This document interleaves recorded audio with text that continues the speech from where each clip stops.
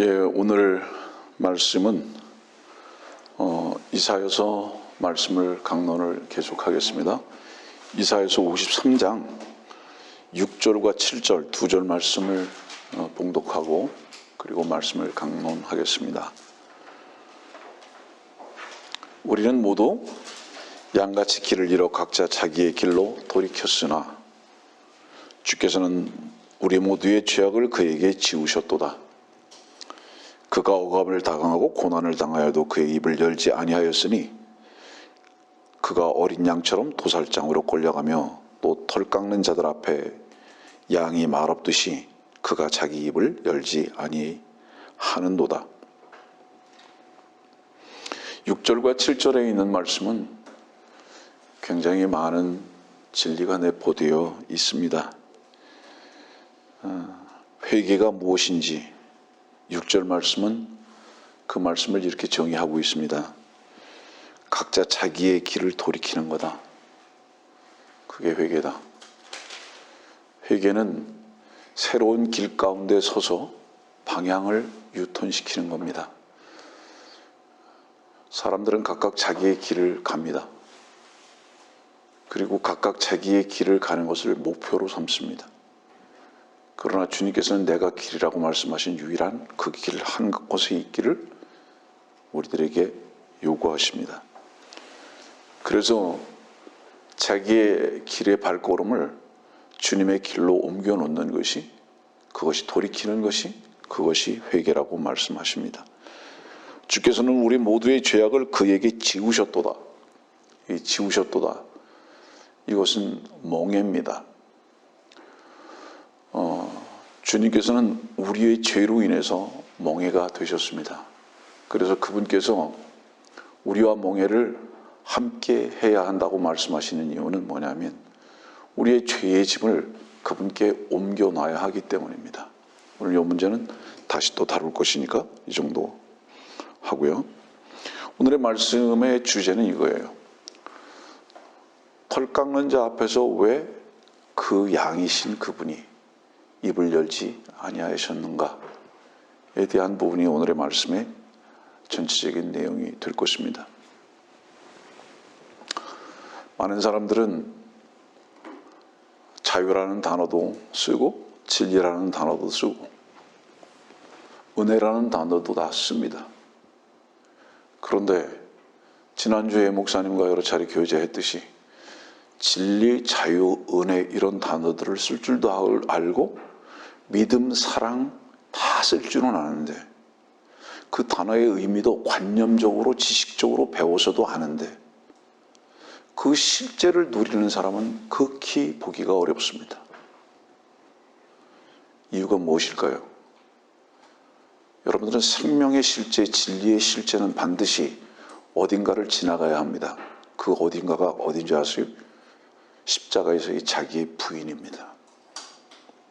사람들은 책상에 앉아서 성경은 공부할 줄 알고 그 성경을 통해서 지식은 습득할 줄 아는데 자기 자신이 현재적으로 십자가에서 발견되질 않고 있기 때문에 성경에서 말씀하고 계신 은혜와 진리와 자유와 풍성함이 뭔지를 누리지를 못하는 겁니다. 여러분들이 고난을 받으면 무엇을 알 수 있는지 아세요? 주님의 모든 고난은 관념적인 것을 십자가를 통과함으로써 실제화시켜버리는 것으로 이끄시기 위한 수단으로 우리들에게 고난을 주신다는 것을 반드시 알게 됩니다. 우리는 십자가를 거부하는 자들이기 때문에 생활 속에서 고난이라는 환경 속으로 우리를 집어넣으셔서 그것이 불이 되게 하시고 저주가 되게 하십니다. 그래서 그 성경에서 말씀하시는 실제적인 어떤 지식이 아니라 관념적인 지식이 아니라 그 실제를 누리게 하십니다. 주님의 놀라운 초청이죠. 그래서 사람들의 이야기를 들어보면 같은 단어를 쓰는 것 같기는 하지만 전혀 다른 내용을 가지고 말하는 것을 우리는 너무 자주 봅니다. 저는 오늘 말씀을 여러분들에게 증거하기 전에 이렇게 한번 여러분들에게 소개할 게 있어요. 나를 위해서 죽으신 주님만이 나를 살릴 수 있습니다. 나를 위해서 상처를 입으신 주님만이 나를 치료하실 수 있습니다. 십자가에서 주께서 저들이 하는 것을 알지 못하나이다라는 눈물의 절규가 있었기 때문에 그 절규로 인해서 나도 알게 하셨고 또 주님도 알게 하셨습니다.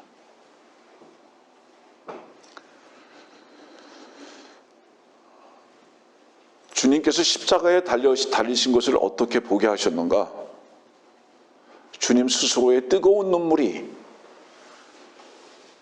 주님의 눈에 그 뜨거운 눈물이 저에게도 안약이 되어서 주의 말씀의 빛으로 주님을 보게 하셨습니다. 저는 이렇게 고백하면서 오늘의 말씀을 여러분들에게 전하는 겁니다. 오늘 말씀 보니까 6절 말씀에 그랬어요. 모두 양같이 길을 잃어버렸습니다. 양같이 길을 잃어. 우리는 분명히 양같이 길을 잃은 어리석은 양들, 돌이키지 않은 양들, 자기의 길을 간 양들. 이건 뭐를 얘기하죠? 방황한 겁니다. 새로운 게 없어요. 1년이 전이 어제와 같고 어제가 오늘과 같다면 여러분들은 뺑뺑뺑뺑 도는 겁니다. 길은 반드시 어떤 목적지가 있기 때문에 걷는 겁니다. 근데 계속 같아요, 그냥. 그는 미로를 헤매고 있는 게 확실합니다. 진전이 없어요. 목적지를 잊어버린 겁니다. 목적지를 잃어버렸다는 것은 길을 잃어버렸다는 것을 의미합니다. 어제와 오늘이 달라야 합니다. 무엇을 말하는지 아세요, 여러분들? 어제는 아파했지만 오늘은 감사할 수 있어야 됩니다. 어제는 불평했지만 오늘은 찬송할 수 있어야 됩니다. 어제는 원수였으나 오늘은 눈물로 그를 감사할 수 있는 긍휼이 있어야 됩니다. 방황하는 자들은 어제와 오늘이 똑같아요. 주의 길 가운데서는 우리를 그곳에 그냥 두게 하지 않으십니다. 주님의 인도함을 받는 양이라면 분명히 새로운 아침을 볼 수 있어야 합니다. 그러니까 우리는 분명히 방황하는 자들이에요. 이유가 뭐죠? 잘못된 길을 걷고 있기 때문에 그렇습니다. 그렇지만 그분은 양이셨습니까? 그분은 양이 아니에요. 우리는 마땅히 다른 길을 간 양들이지만 그분은 양 같은 분입니다. 양이 아니에요, 그분은.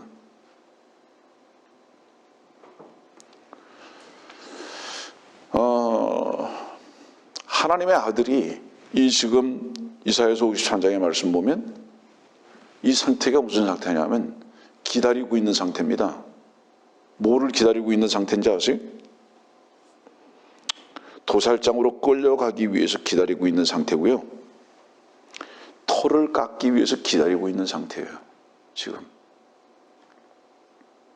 그런데 그분은 도살장으로 가야 할 이유도 없고 털이 깎여야 할 이유도 없는 분입니다.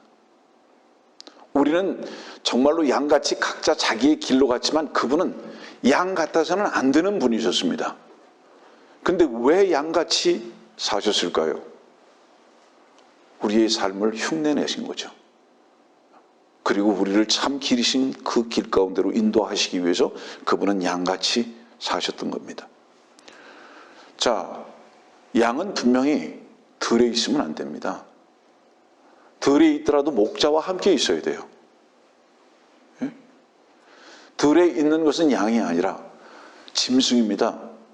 양은 가축이에요. 주인이 있다는 뜻이죠. 그리고 가축은 반드시 우리가 있어요. 그러나 짐승은 우리가 없어요. 그냥 있는 곳이 자기 집입니다. 이사야서 한번 우리 앞으로 넘어가면 1장에 뭐라고 말씀하시는지 한번 봅시다.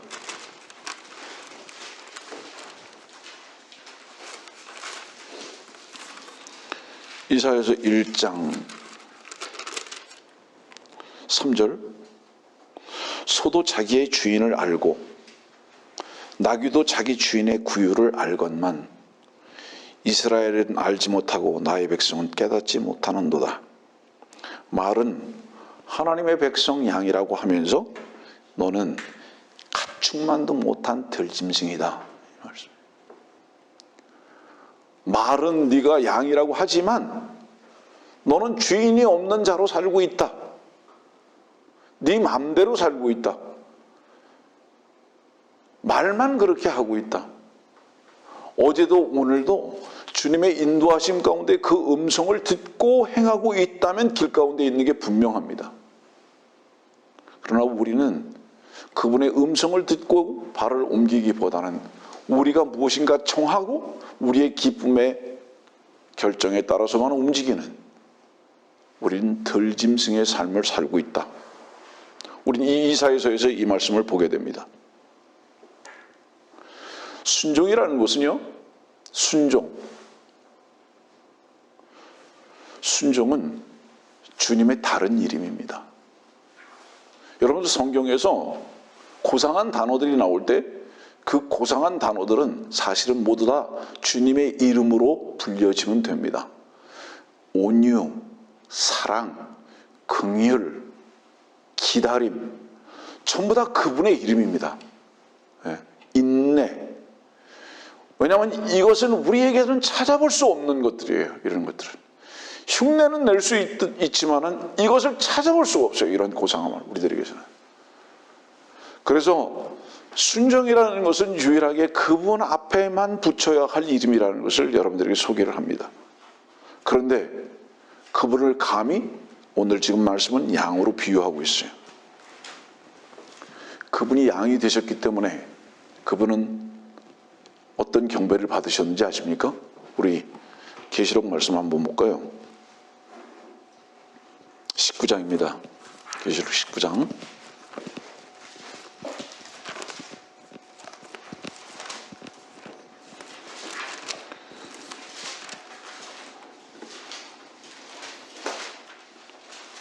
(7절)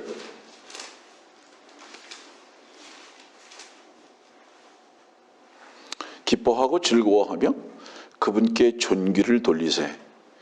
이는 어린 양의 혼인식이 다가왔고 그의 아내도 자신을 예비하였음이라. 그분은 참 양들을, 그 음성에 순종하고 따랐던 양들을 아내로 삼으시고 어린 양의 혼인식을 마련하셨습니다. 그리고 주님께서는 누구에 의해서 이렇게 경배를 받으셨느냐? 4절 말씀 보세요. 그때 24 장로와 4 짐승이 엎드려 보좌에 앉으신 하나님께 경배드리며 말하기를 아멘 할렐루야라고 하니 24 장로가 주님을 찬양합니다. 높이십니다. 그분은 보좌에 계시고. 이유가 뭘까요? 그분이 먼저 제물이 되셨기 때문입니다. 제가 여러분들에게 광고의 말씀을 먼저 드리면서 시작해야 되는데 잠깐 잊어버렸습니다. 지난주부터 우리 교회에 성경 공부가 게시가 되어서 여러분들이 방문하고 계심을 감사하게 생각합니다. 그런데 제 마음 가운데 한 가지 항상 걸리는 게 있습니다. 그 걸리는 것이 무엇이냐면 저의 삶 가운데 가장 큰 사랑의 빚을 진 자들이 누구냐 하면 샌프란시스코 지체들입니다. 그런데 그 지체들에게 이 성경 공부의 새로운 사이트에 들어와서 볼 수 있는 부분이 차단된 것에 대해서 내 마음이 무척 사실은 무겁습니다. 왜냐하면 이 말씀을 전해야 되는 이 이유의 가장 큰 것 중에 하나도 뭐냐면 그분들에게도 이 말씀이 전달되기를 원하는 마음이 늘 있기 때문입니다. 우리 고린도 후서 한번 볼까요?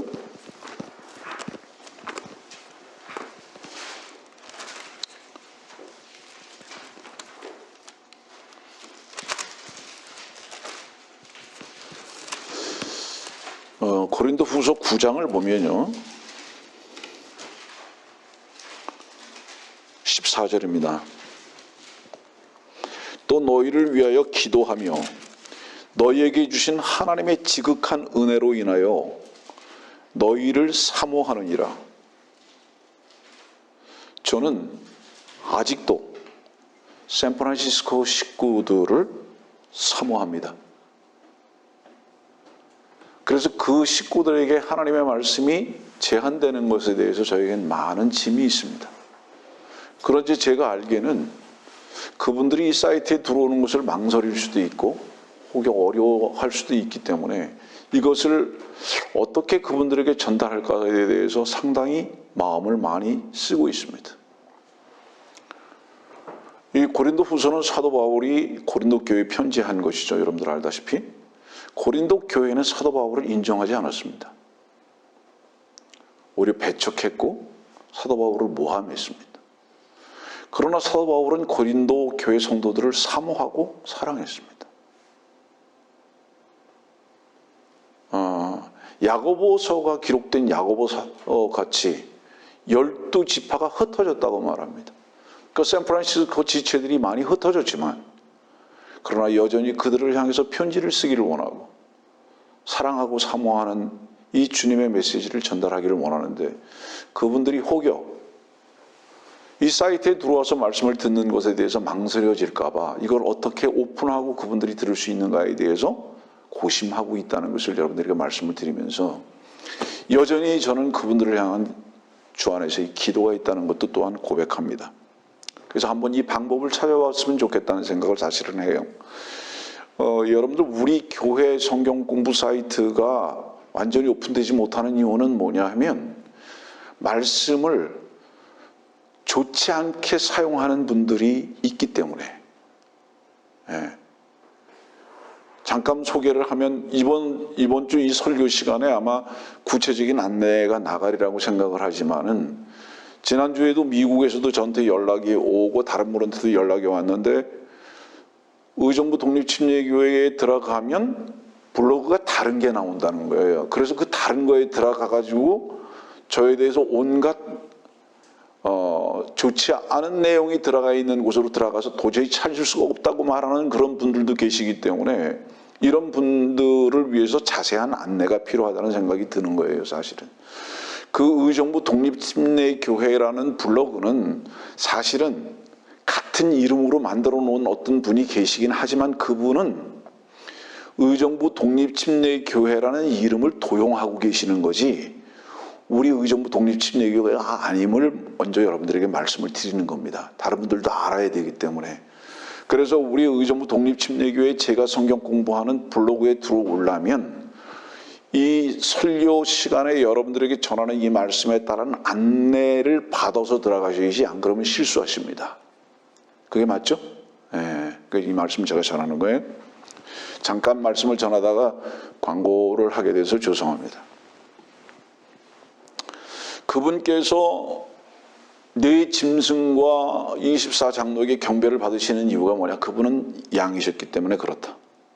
그리고 제물이 되셨기 때문에 그렇다. 그 말씀 밑으로 내려갑시다. 다시 이사야서 53장 7절입니다. 그가 억압을 당하여 고난을 당하여도 그의 입을 열지 아니하였으니 그가 어린 양처럼 도살장으로 끌려가며 또 털 깎는 자들 앞에 양이 말없듯이 그가 자기 입을 열지 아니하는도다.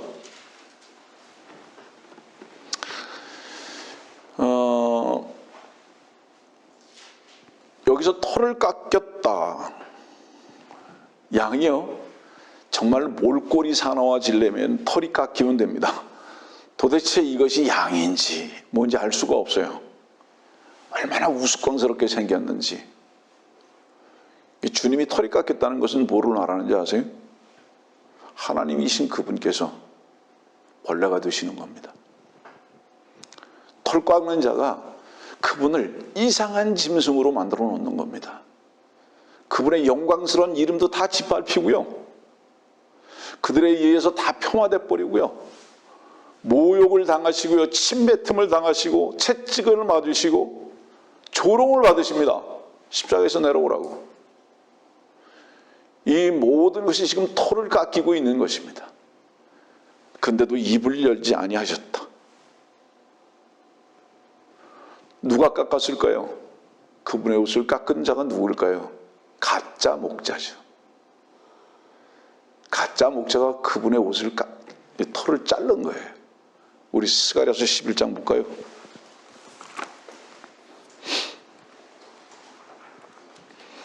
스가랴서 11장 15절입니다.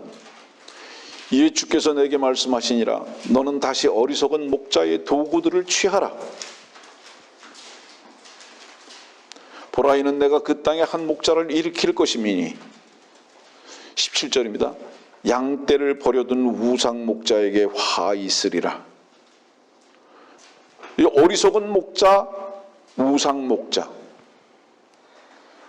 자기가 목자라고 하는 바로 이 어리석은 목자, 우상 목자, 이 자에 의해서 털이 깎였습니다. 네. 지금도 이 거짓 선지자는, 우상 목자는 계속 주님의 털을 깎습니다. 자기들이 깎는 게 뭔지를 몰라요. 언젠가 다시 소개하겠습니다만은, 주님의 이름은 하나님의 아들이셨습니다. 영광의 이름이셨어요. 근데 그 이름을 완전히 우스꽝스러운 이름으로 바꿔버리게 만드셨습니다. 누가 깎았죠? 이 우상 목자, 어리석은 목자가 뭐예요? 그러니까 결국은 양의 옷을 입었지만 사실은 일입니다. 이 이리가 양의 털을 깎는 거예요. 이 짐승이. 요한복음 5장 봅시다. 요한복음 5장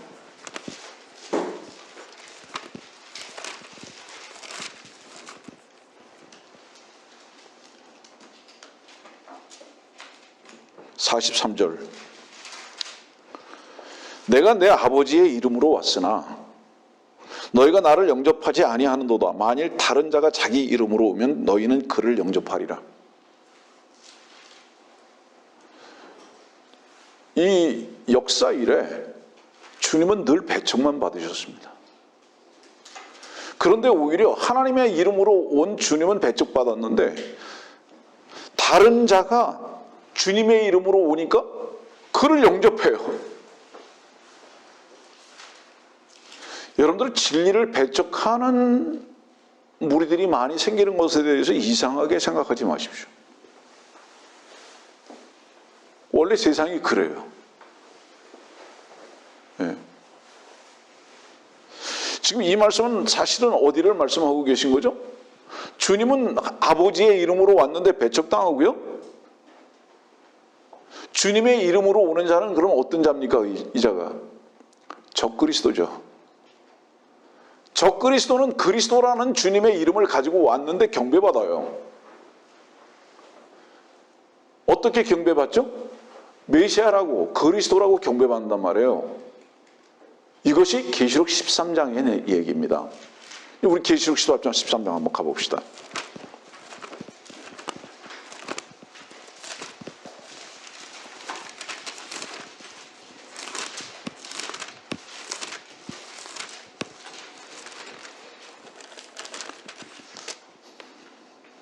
(12절이요) 그가 자기 앞에 있던 첫째 짐승의 모든 권세를 행사하고 또 땅과 거기에 사는 자들로 하여금 치명적인 상처를 치유받은 그 첫째 짐승에게 경배하게 하더라. 경배합니다. 그 밑에도 봅시다. 15절. 또 그가 짐승의 형상에게 생명을 주는 권세를 받아 그 짐승의 형상으로 말도 하게 하고 그 짐승의 형상에 경배하지 아니하는 자는 다 죽이도록 하니라. 아니, 적그리스도는 경배를 받는단 말이에요. 그리스도의 이름으로 온 이 적그리스도는 경배를 받고 있단 말이에요. 근데 주님은 배척받고 있단 말이죠. 지금 요한복음 5장에 있는 말씀은 이 말씀을 말씀하고 있죠. 누가 침을 뱉었죠? 바리새인들입니까? 아니에요. 그들을 뒤에서 조종한 짐승입니다. 그 짐승의 조종을 받고 침을 뱉을 때에도 그분은 침을 피하지 않으셨습니다. 온갖 모함이 있었죠. 잔혹함이 있었죠. 빈정거림이 있었죠. 그래도 그분은 입도 열지 않았습니다. 우리 누가복음 23장 봅시다.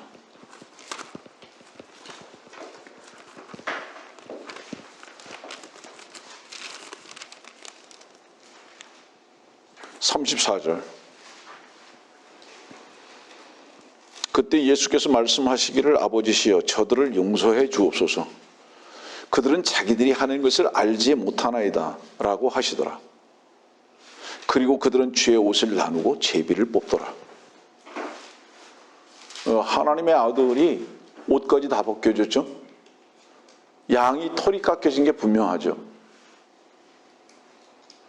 그런데 주님께서는 그들의 그 온갖 조롱과 모욕, 네가 하나님의 아들이거든 내려오라고, 이 모든 것 속에서도 그분은 침묵하셨을 뿐만 아니라 주님은 그들을 위해서 기도하고 계십니다. 저들이 하는 것을 알지 못하나이다. 이것이 원수를 사랑하신 사랑의 실천이죠. 불가능합니까? 사람으로서는 불가능합니다. 그러나 여러분들, 어떤 다루심을 받아야만 이 기도가 나올 수 있는지 아십니까?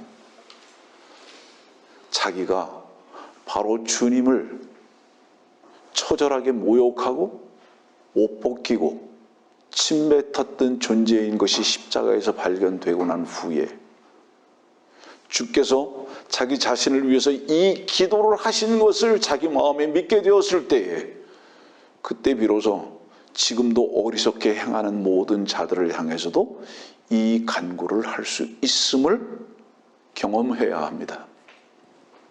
성경은 여러분들의 무릎 위에 있게 하기 위해서 주신 것이 아니라 이 말씀을 여러분들의 삶 속에서 실제적으로 여러분들의 말씀으로 체험하게 하시기 위해서 주셨음을 절대로 잊지 마십시오. 그래서 우리가 이 말씀의 능력은 십자가에서 자기 자신을 부인할 때의 능력으로 나타나는 것도 여러분들은 경험하실 것입니다. 이것이 처음에 여러분들에게 소개해드렸던 대로 관념이 아니고 지식이 아니라 그 실제를 누리는 성도의 삶으로서의 삶을 경험하게 되는 바로 그것을 말하는 것입니다. 우리가 어떤 인간이기에 우리를 모욕하고 비방하고 조롱하고 하는 자들을 위해서 참으로 기도할 수 있겠습니까? 여러분들 주님 안에서 우리의 눈멀음과 어리석음을 발견하게 되면 그들도 다 불쌍한 자들이구나 나같이 라는 것을 알게 됩니다. 여러분들, 우리가 왜 다른 사람들을 향해서 손가락질을 하거나 미움이 생기는지 아십니까? 내가 하나님의 말씀 앞에서 먼저 내 자신이 발견되지 않았기 때문입니다. 나의 어리석음과 나의 교만이, 나를 향한 나의 사랑이, 아집이 주의 십자가에서 발견되지 않았기 때문에 그런 사람들을 향한 사랑의 기도를 간구를 할 수 없음을 여러분들 발견해야 합니다.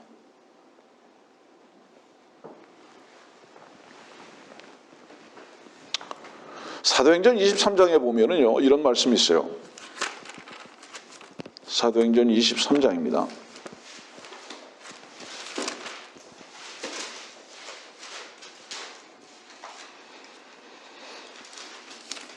(2절과 3절입니다) 대제사장 아나니아가 바울 곁에 서 있는 사람들에게 명령하기를 그의 입을 치라고 하더라. 입을 치라고. 입을 치라고. 그때 바울이 대제사장에게 말하기를 이 회칠한 벽이요 하나님께서 당신을 치시리라. 바울이 어땠어요? 대항해서 싸우고 있죠. 네. 그런데 주님은, 저는 지금 바울을 폄하하는 것이 아닙니다, 여러분들. 바울과 주님의 마음을 비교시키는 거예요. 주님은 하나님이셨음에도 불구하고 바울과 같이 이렇게 항의도 안 하십니다. 내 입을 쳤어? 너 맞아봐라. 이렇게 바울은 할 수 있지만 주님은 저들이 하는 것을 알지 못하나이다. 저는 여러분들 이런 기도의 경험을 갖고 싶지 않으십니까? 이 기도의 경험을 갖고 싶으신 분들이 계시면 억울함의 눈물을 양식으로 삼을 줄도 아셔야 합니다. 그렇지 않으면 이 기도 못합니다. 그리고 주님의 그 기도도 무슨 뜻인지도 알지도 못해요. 그분은 어떤 비난의 입 앞에서도 그 입을 닫게 하지도 않으셨습니다. 그분은 능력이 없으신 분이 아니잖아요. 그분이 말을 못하시는 분도 아니잖아요. 근데 그분의 그 능력은 입을 열어서 다른 사람들을 제압하는 것으로 쓰지 않았습니다. 오히려 전혀 무반응할 뿐만 아니라 그들을 위해서 기도할 수 있는 입이 되셨다는 것, 이것이 진정한 능력 아닙니까? 그분은 털 깎는 자 앞에서 왜 입을 열지 않으셨는가? 우리를 힘들게 하고 억울하게 하고 분노하게 하는 자들 앞에서 우리는 주께서 하신 기도를 할 수 있는 자들인가? 당신이 오늘 겟세마네로 가보십시오. 당신도 또한 그 기도를 할 수 있음을 경험하게 될 것입니다. 전 설교하는 게 아니에요. 이 말씀을 경험케 하신 주님을 찬양하고 있는 것입니다.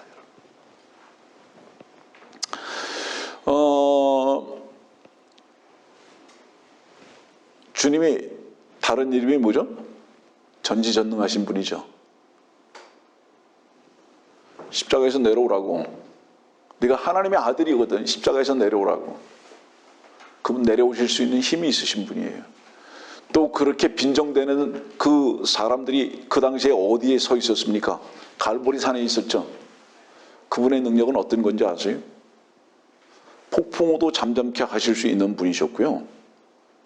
해도 중간에 딱 묶어놓으실 수 있는 능력을 가지고 있는 분이셨어요. 그 하나님이셨어요, 그분이. 그러면 그분의 능력이 그때 어떻게 쓰여질 수 있는지 아십니까? 갈보리 산을 화산 폭발을 시키실 수도 있는 분이에요. 근데 그분은 그 능력을 그렇게 쓰지 않으셨어요. 참다운 능력은 무엇으로 입증되어야 하는지 아십니까? 온유와 기다림과 불쌍함으로 입증되어야 합니다. 이것이 세상에서 갖지 아니하는 참된 능력인 것을 여러분들 아셔야 합니다. 여러분들 이런 능력을 어떤 자들이 경험하고 가질 수 있겠는가? 주님의 십자가에 동참되지 아니하고 결코 이 능력은 가질 수 없다. 소유할 수 없다. 그 능력을 우리들에게 주시기를 원하시는데 그것은 우리들에게 쓰기를 원하시는 것이 아니라 주께서 우리의 삶의 친히 능력이 되기를 원하시는 그 주님이시다.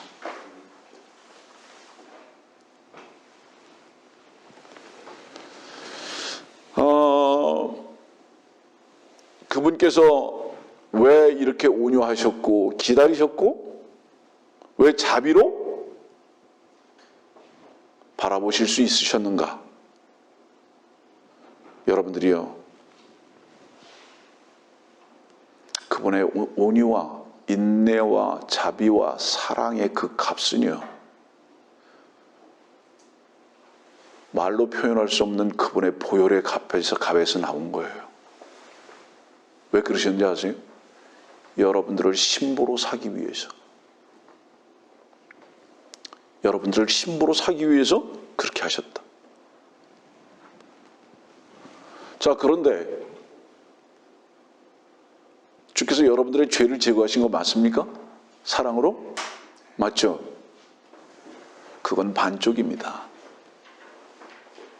많은 사람들이 십자가는 믿는 것 같은데 부활의 능력은 아직 누리지 못하는 자들이 너무 많습니다. 죄가 제거됐습니까? 잘하셨습니다. 믿은 것이. 그러나 주님은 지금도 십자가에만 계시지 아니하고 무덤에만 계시지 않으십니다. 일어나셨느니라. 이 말씀 무슨 말씀인지 아세요? 주님은 여러분들의 죄를 십자가에서 제거만 하셨던 분이 아니고 우리들에게 새로운 유전자도 주셨습니다. 그 새로운 유전자가 뭔지 아세요? 원수도 사랑할 수 있는 유전자, 세상을 이길 수 있는 능력, 세상을 새로운 눈으로 볼 수 있는 빛, 세상을 거부할 수 있는 능력, 이 모든 유전자까지도 우리들에게 주셨다는 것을 잊지 마시라 이 말이에요. 결코 십자가에서 그분은 끝나신 것이 아니라 다시 사셔서 자유케 되셨다는 것은 무엇을 의미하느냐? 우리를 그 모든 자유로 이끄실 수 있는 유전자가 되셨다 이 말입니다. 이미 우리 안에. 그래서 어떤 사람들과 같이 우리의 각오와 다짐을 쓰는 것이 아니고 주께서 이미 우리 안에 그 각오와 다짐을 이루실 수 있는 능력이 되심의 새 생명이시다는 것을 여러분들은 누리고 살아야 한다 이겁니다.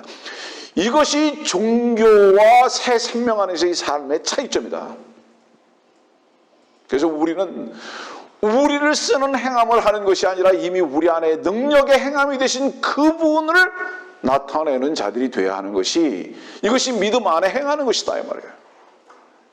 성경에서 믿음으로 행치 아니하는 모든 것이 죄라고 말씀하신 이유가 뭐냐 하면, 네가 나타나서 쓰여지는 너의 각오나 다짐은 그 어떤 고상한 것 같이 보이지라도 다 죄다 그것이. 믿음으로 행치 않는 그 모든 것이 죄라는 뜻은 무엇이냐면 주님께서만이 행하실 수 있다는 것을 말씀하신 것입니다.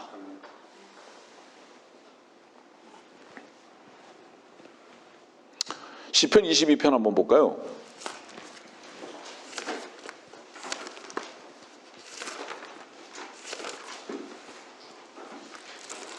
시편 22편 17절과 18절입니다. 내가 내 모든 뼈들을 셀 수 있으니 그들이 나를 보며 쳐다보나이다. 그들이 그들 가운데서 내 겉옷을 나누고 내 속옷을 제비 뽑나이다. 저는 지금도 저희 부친이 운명하실 때를 기억합니다. 그분이 운명하시기 전에 그분의 벌거벗은 모습을 봤는데 살은 한 점도 없습니다. 뼈밖에는 보이지 않습니다. 정말입니다. 병원에 가서 사람의 뼈를 사진으로 찍어놓은 바로 그 모습으로 누워 계셨습니다. 그 고통이 얼마나 심하셨을까? 저는 지금도 그분의 누우셨던 그 모습이 제 눈에 생생합니다. 주님은 뼈들을 셀 수 있다고 말씀하십니다. 그분의 고통이 얼마나 심하셨을까요? 네? 뼈들을 다 셀 수 있다는 것은 뭐를 말하는지 아십니까?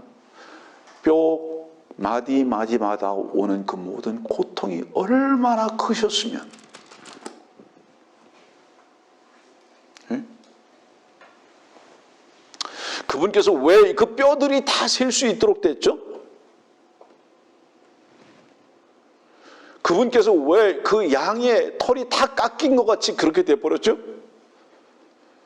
그분의 양의 털이 깎여지지 않았다면 그분의 의가 여러분들의 옷입힘이 되지 않았을 것입니다.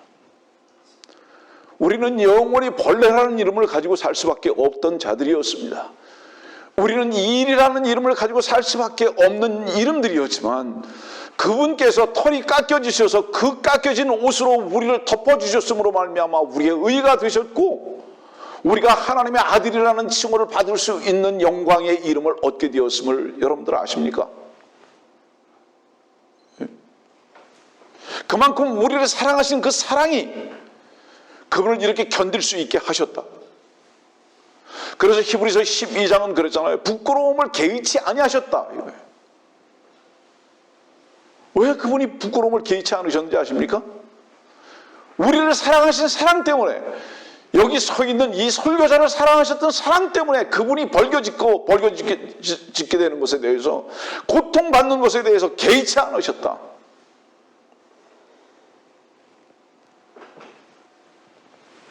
그분은 어떤 원망도 어떤 불평도 갖지 않으셨습니다. 이유가 뭐죠?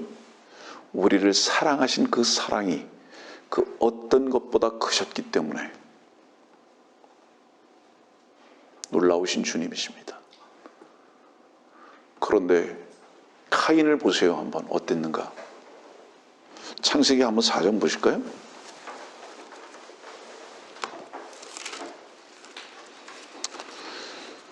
창세기 4장 13절입니다. 카인이 주께 말씀드리기를 내 벌이 내가 감당하기에 너무 크니이다.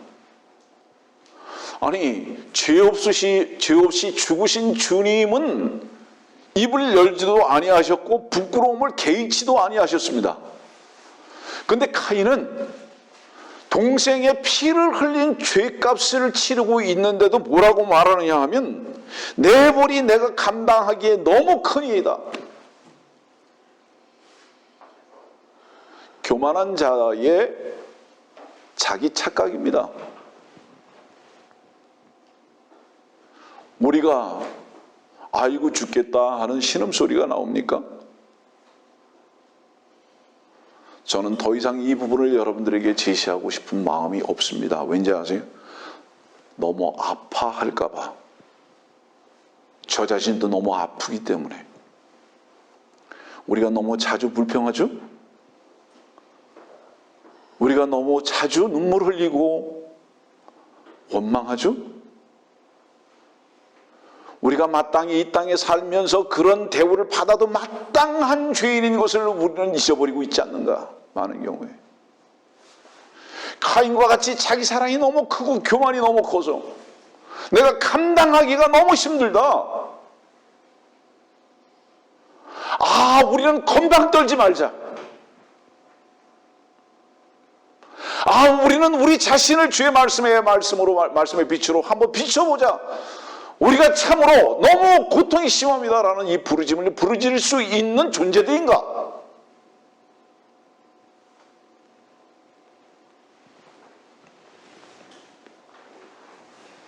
카인은 자기 자신의 죄에 대해서 너무 관대했습니다. 얼마나 싸게 자기 자신을 계산하고 있었는지.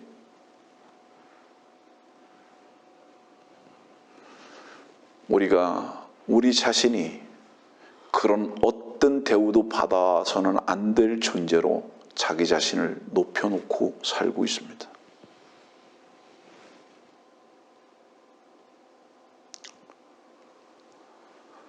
우리가 모든 일에 감사할 수밖에 없는 자들이라면 우리가 얼마나 겸손해진 위치에서 그 삶을 나타내 보일 수 있을까요?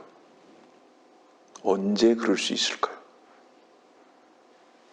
성도들이여, 돌이키십시오.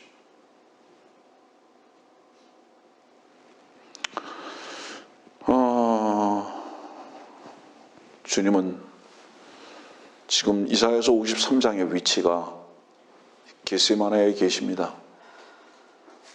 그 겟세마네에서, 겟세마네의 뜻은 무슨 뜻이죠? 여러분들 성경에서 배웠죠? 겟세마네라는 것은 기름틀이라는 뜻입니다. 올리브 열매이신 주님께서 겟세마네 동산에서 그 열매가 부서지고 있는 거예요. 지금 그 뼈가. 아세요? 그 겟세마네에서 그 올리브 기름이 나오게 하기 위해서 그 옷이 벗겨지고 그 씨가 부러지는 바로 이 순간을 지금 맞이하고 있다 이 말이에요. 여러분들 연자 맷돌에서 그 위에 꽃과 밑에 것이 합쳐져서 그것을 계속 그 무거운 것으로 돌릴 때 비로소 기름이 나오는 것과 같이 여러분들과 저의 죄가 돌이 되어서, 연자 돌이 되어서 그 주님을 지금 갈아버리고 있는 순간이다 이 말이에요. 고통스럽게. 그럼에도 불구하고 그분께서는 소리도 내지도 않고 계셨던 이유는 무엇이냐면 그 기름이 우리를 살리는 생명이기 때문에 그렇게 하셨다 이 말이에요. 얼마나 우리를 향한 사랑이 지극하셨는가 이 말이에요. 근데 우리는 지금 어떻고 있는가요? 우리는 지금 어떠고 있는가요?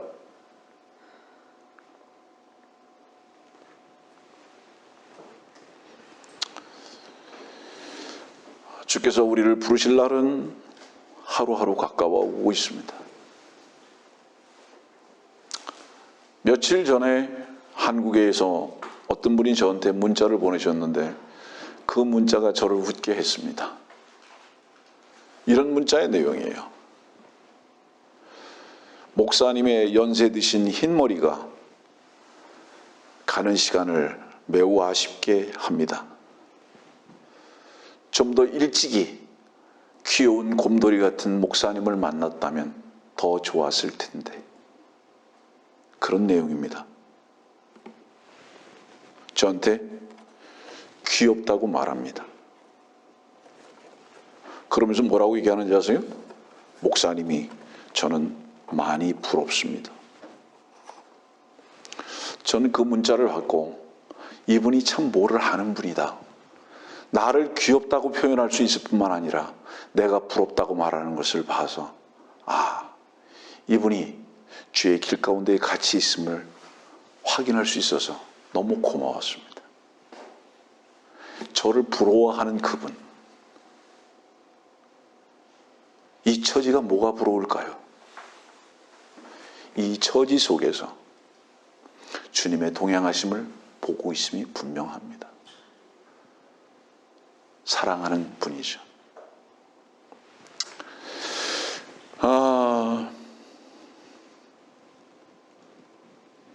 그가 겟세마네에서 피와 땀을 흘리셨죠? 주님은 이렇게 부르짖으셨어요. 시편 22편에 오 나의 하나님, 나의 하나님이 어찌하여 나를 버리셨나이까. 그거 혹시 여러분들 오해하지 마세요. 그거를 불평이라고 얘기하시면 안 됩니다. 그거 불평하는 거 아니에요. 그렇다고 해서 하나님 아버지를 향해서 반역하는 것도 아닙니다. 그 절망의 소리도 아니에요. 그것은 슬픔과 질고의 외침입니다. 그분은 너무 슬픔과 질고에 익숙한 분인 거예요. 지금 그 외침을 하고 있는 것이 절대로 어떤 불평이나 반역이나 이런 것을 하고 있는 것이 아니다. 그거 오해하지 말아라 이 말이에요. 다시 오늘의 말씀으로 갑시다. 6절 말씀, 53장 6절.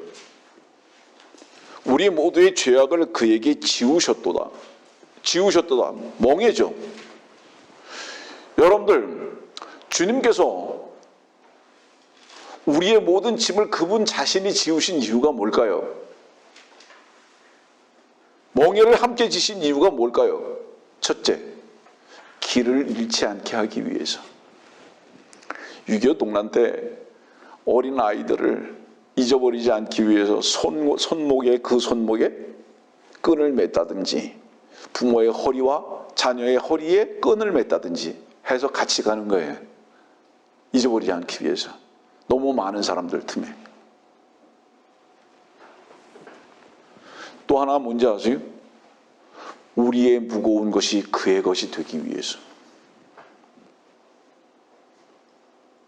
그래서 주님께서는 우리들에게 이렇게 말씀하셨잖아요. 내가 너에게 주는 짐은 쉽고 가벼우니라. 무슨 얘기죠? 힘은 내가 쓴다. 몸부림도 내가 한다. 눈물도 내가 흘린다. 목적지를 향해서 가는 길도 내가 간다. 너는 나와 그저 발 밑에 끈만 함께 매자. 운동회 때 뛰어가다가 한 놈이 넘어지면 같이 넘어지듯이 네가 넘어졌냐? 나도 넘어질 것이다.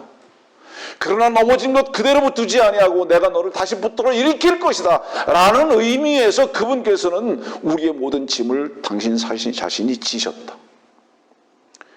그리고 그 멍에는 결코 끊어지지 아니한다. 왜 이 말씀을 드리는지 아세요? 이 지워진 멍에를 끊으려고 아무리 노력해도 그 노력의 피와 땀과 모든 노력은 헛되다는 것을 말하는 거예요. 여러분들을 더 힘들게만 한다. 주께서 이끌어 가시는 대로 가는 거다. 고집하지 않는 것.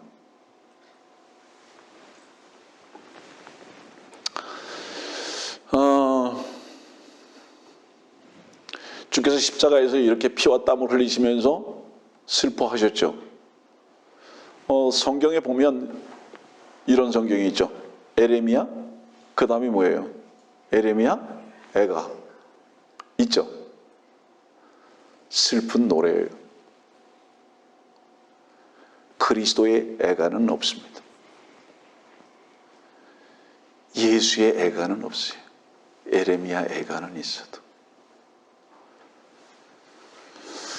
여러분들이요, 주님은 십자가 앞에서 어떤 놀람도 동요도 없으셨습니다. 이유가 뭔지 아세요? 주께서 고난의 잔을 독배를 마시셨죠. 그 독배를 마시셨을 때 그 잔 안에는 무엇이 남아 있을까요? 아무것도 남아있는 게 없어요. 주께서 왜 그 고난의 독배를 마시셨는지 아세요? 왜 털이 깎이셨는지 아세요? 왜 채찍에 맞고 십자가를 지셨는지 아세요?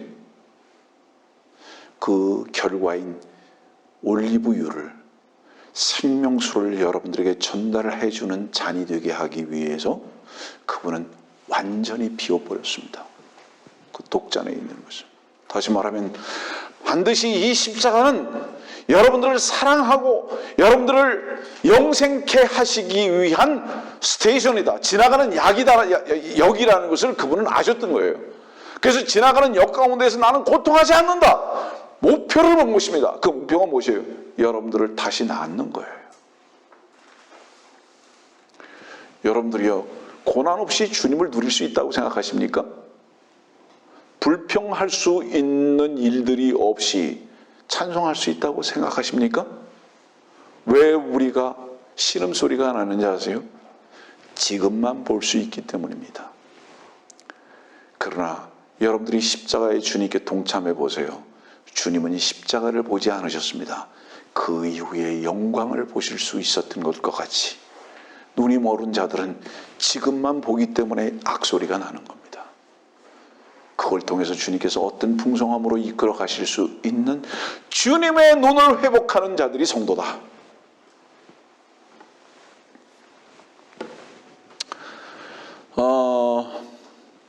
양은요, 주인을 알고 있습니다. 양은 요한복음 10장 그렇죠? 양은 주인의 음성을 안다고. 여기서 아는 게 뭐를 얘기하는지 아세요? 자기가 완전히 주인께 맡겨진 것인 것을 안다는 뜻이에요. 네. 완전히 맡겨졌어요. 그 양은 전제가 뭐죠? 주인이 있어요. 양이 우리에 있어야 하는 겁니다. 어떤 양이 털 깎는 자 앞에서 잠잠히 소리도 안 내는지 아세요? 나는 주인의 것이다라는 것을 아는 양이에요. 주님은 아버지가 계심을 안 겁니다. 아버지의 허락 없이 이러한 시간은 있을 수 없다는 것을 주님은 이미 아시는 거예요. 그래서 자기 자신을 하나님께서 요구하시는 것을 알기 때문에 그분은 입을 열지 않는 겁니다. 성도들이요, 여러분들이 양이라면 주께서는 여러분들의 고통 그 시간 속에서 여러분들 자신을 내어놓으라고 말씀하시는 음성인 것을 들으십시오. 그것이 여러분들 옆에 있는 어떤 존재가 아니라 그 존재를 통해서 주님께서 내가 너를 갖기를 원한다라는 음성을 발견할 수 있다면 결단코 어떤 눈물이나 슬픔이나 억울함이 아니라 그 시간에 잠잠을 뿐만 아니라 오히려 그를 위해서 기도할 수 있는 기도가 회복될 것이다. 저는 여러분들이 이 주님의 놀라운 능력의 풍성함에 경험되기를 바라는 것입니다. 이것이 양된 위치다 이 말이에요. 왜 우리들에게 그런 시간들을 주님께서는 허락하시는가? 너는 너의 것이 아니라 내 것이다. 이런 것을 알고 고백하기 위해서. 그게 뭐죠? 헌신이에요. 헌신은 뭔지 아세요? 여러분들이 흥얼거리는 콧노래 속에서 하는 게 아니에요. 헌신은 여러분들을 부인할 수 있는 바로 그 시간은 어떤 시간이었습니까? 여러분들의 즐거움을 뺏어가는 무리들이었습니다. 여러분들의 육신의 추구를 단절시키는 바로 그들의 털깎음이 여러분들을 주님 앞에 고백해야 하고 주님께 나는 당신의 것입니다 라고 바칠 수 있는 시간 아니었는가 이 말이죠.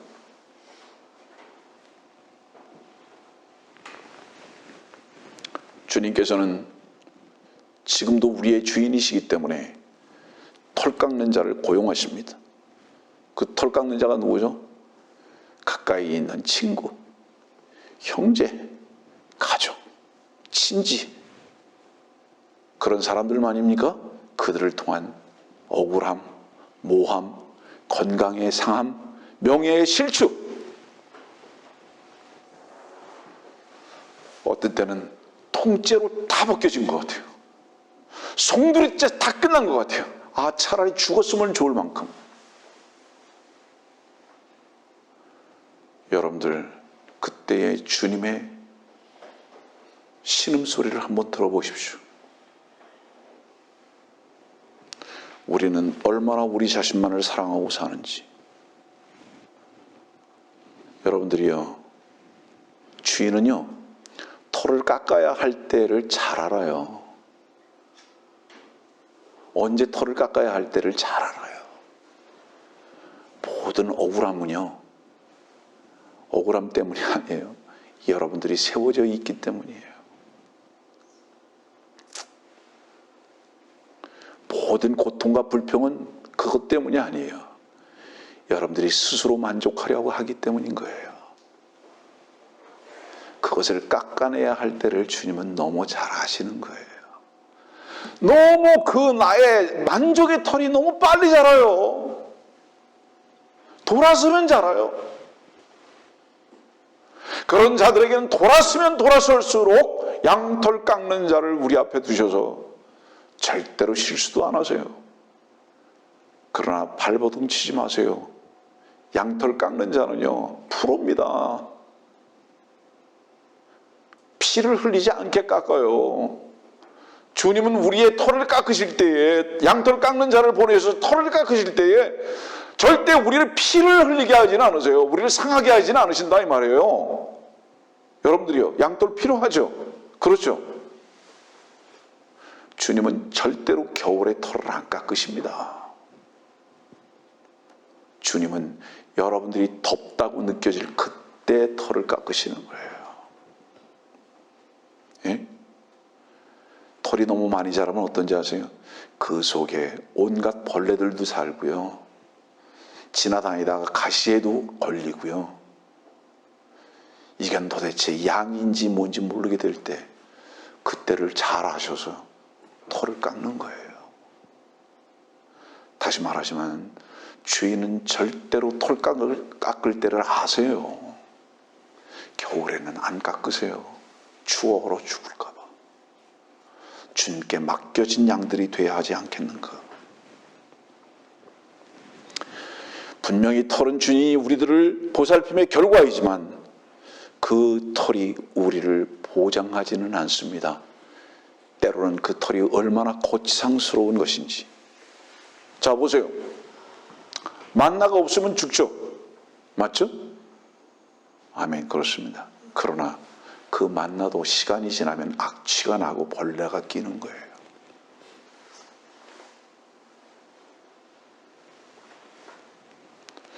열왕기하 18장의 말씀 보면서 말씀을 조금 정리할게요. 열왕기하 18장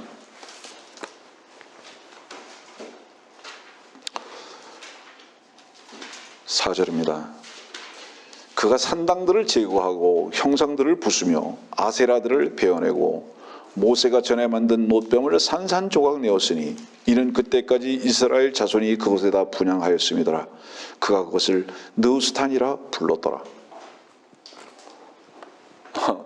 스스로 답변해 보세요. 모세의 놋뱀이 이스라엘을 죽음에서 살게 했죠. 그렇죠? 근데 그것을 지금도 섬기고 있어요? 그때도 섬기고 있어요? 근데 그 놋뱀을 산산조각 냈어요? 그리고 뭐라고 불렀습니까? 그것을 느후스탄이라 불렀다. 여기 이 느후스탄이라는 이 뜻은 무슨 뜻이냐면 놋조각이라는 뜻이에요. 놋조각. 그들을 살린 뱀이 놋뱀이 아니라 놋조각이다 이 말이죠. 여러분들이요, 필요할 땐 놋뱀이지만 시간이 지나면 놋조각이 되는 거예요. 필요할 때는 만나지만은 시간이 지나면 벌레가 끼는 거예요. 우리가 털이 아무리 소중한 것이라 할지라도 시간이 지나면 벌레가 껴요. 이 땅에 사는 동안에 풍성함이 필요한 것 같긴 하지만 그 풍성함이라는 털에 너무 젖어 있어서 주님께서는 그것을 깎기를 원하시는 겁니다. 반석에서 물이 났습니까? 이유가 뭔지 아세요? 그것이 광야이기 때문입니다. 하늘에서 만나가 내렸습니까?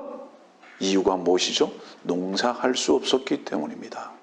그러나 그 만나가 가나안에 들어가서 그쳤던 것은 그곳에 곡식이 풍성했기 때문이며, 더 이상 반석에 물이 불필요했던 것은 저 헐몬산 단에서부터 솟아 올라오는 그 물이 요단 온 들을 적셔서 온 사막과 같은 광야인 브엘세바까지 다 적실 수 있었기 때문에 더 이상 반석에 물이 필요 없었던 것 같이, 여러분들이요, 주께서 우리의 털도 자라게 하시기도 하지만 때로는 그분은 이 털도 자르신다는 것을 잊지 마세요. 그러면 언제 풍성함이고 언제 우리를 슬프게 하는 것일까요? 그 언제일까요? 그것이. 지금은 내가 주님을 누리는 것이다. 아니다. 언제 이것을 알 수 있을까요? 여러분들. 질문이 항상 거기에 머무르죠. 언제 알 수 있을까? 언제가 아닙니다. 많은 경우에 털도 우리의 감사가 될 수 있고요. 그분이 자라게 하신 거고요. 자르는 것도 그분이 자라게 하시는 거고요. 우리는 언제를 질문하지 마시고 합력하여 선을 이루신다는 그 말씀의 뜻을 깊이 음미하십시오. 다시 말해서 무엇이냐? 우리가 항상 언제를 생각하는 이유는 무엇이냐면 우리의 육신적으로 세상적으로 좋은 것들만을 생각하고 평가하려는 습관에 젖어 있기 때문이다. 그러나 언제가 아니라 모든 것, 좋은 것이든지 나쁜 것이든지 그분께서 합력해서 선을 이루실 바로 그때가 가장 아름다울 때다라는 것을 인정하셔야 합니다. 자, 그러면 털이 깎일 때입니까? 그때도 그분의 깎이심이라면 선이다. 나를 억울하게 하실 때도 선이다. 그러나 나를 풍족해 하실 때도 또한 선이다. 선이신 하나님께서 나를 보고 계시는 한 모든 것이 선이다. 그래서 우리는 주님께 맡겨진 양이 될 수 있어야 한다.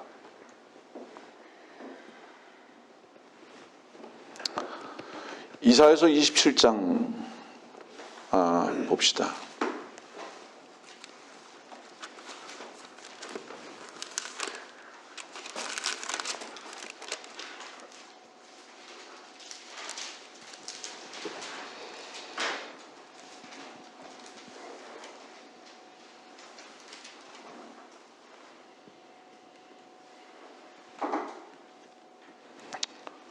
어, 8절 보겠습니다.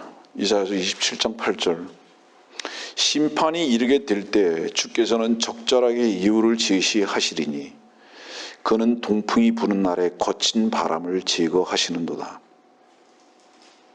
이 말씀이 무슨 말씀이냐면요, 너 더워 죽겠냐? 힘들어 죽겠냐? 거칠고 어렵냐?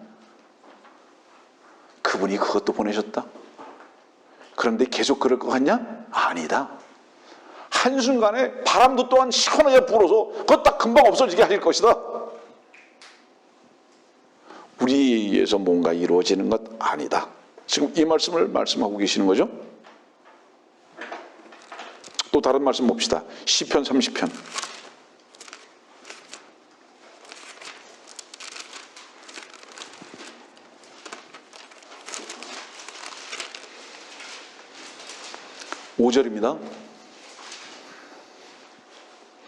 그의 진노는 한순간이어도 그의 은총은 평생임이라. 밤새도록 울음이 지속될지라도 아침이면 기쁨이 오리로다.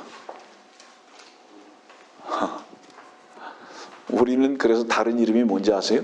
변덕쟁입니다. 우리는 너무 일희일비가 너무 심합니다. 기다릴 줄을 몰라요. 급한 사람은 기다림이 뭔지를 모르고, 급한 사람의 공통점은 다 교만합니다. 침묵을 배우는 사람은 주님으로부터 다루심을 받은 만큼만 가능합니다. 그 사람은 기다릴 줄을 압니다. 내일 어떤 일이 있을지 기대가 있을 뿐입니다. 또한 내일 어떤 일이 없다 할지라도 그 내일이 주님께서 허락하신 날이라면 그 허락 때문에라도 나는 주의 날이다. 나의 날을 기억하고 계획하는 자들은 언제나 급하고 불평합니다.